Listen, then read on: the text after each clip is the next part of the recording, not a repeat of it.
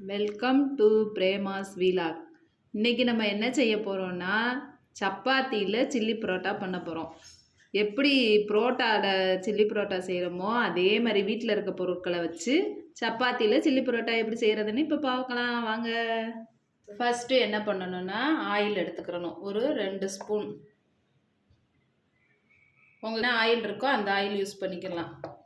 அதுக்கப்புறம் என்ன பண்ணுறதுன்னா அதுக்கடுத்து வெங்காயம், பெரிய வெங்காயத்தை ஒரு 2 நல்லா வெங்காயத்தை வதக்கணும். அடுத்தது இப்போ நம்ம தக்காளியை போட போகிறோம். தக்காளியை போட்டு நல்லா வதக்கணும்.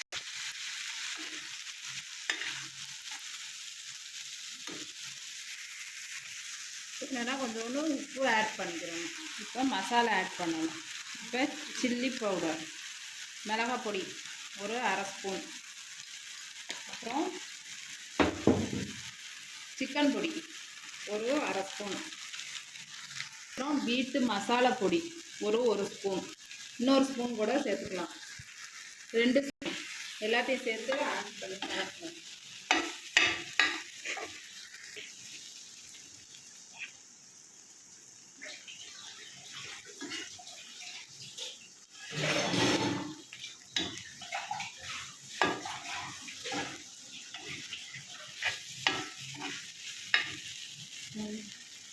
இப்போ கொஞ்சோண்டு தண்ணி, லைட்டாக கொஞ்சோண்டு தண்ணி சேர்த்துக்கலாம்.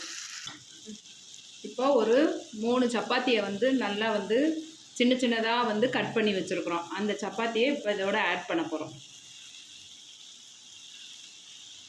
கலக்கி விட்றோம். நல்லா இதோட ஒன்றோட ஒன்று மசாலையும் சப்பாத்தியும் ஒன்றா ஆகுறது மாதிரி நல்லா ஒன்றோட ஒன்றா சேர்றது மாதிரி நல்லா கிளறி விடணும். இப்போ கொஞ்சோண்டு சுற்றிலும் கொஞ்சம் ஆயில் சேர்த்துக்கிறோம். இப்போ நம்ம செஞ்ச சில்லி சப்பாத்தி ரெடி.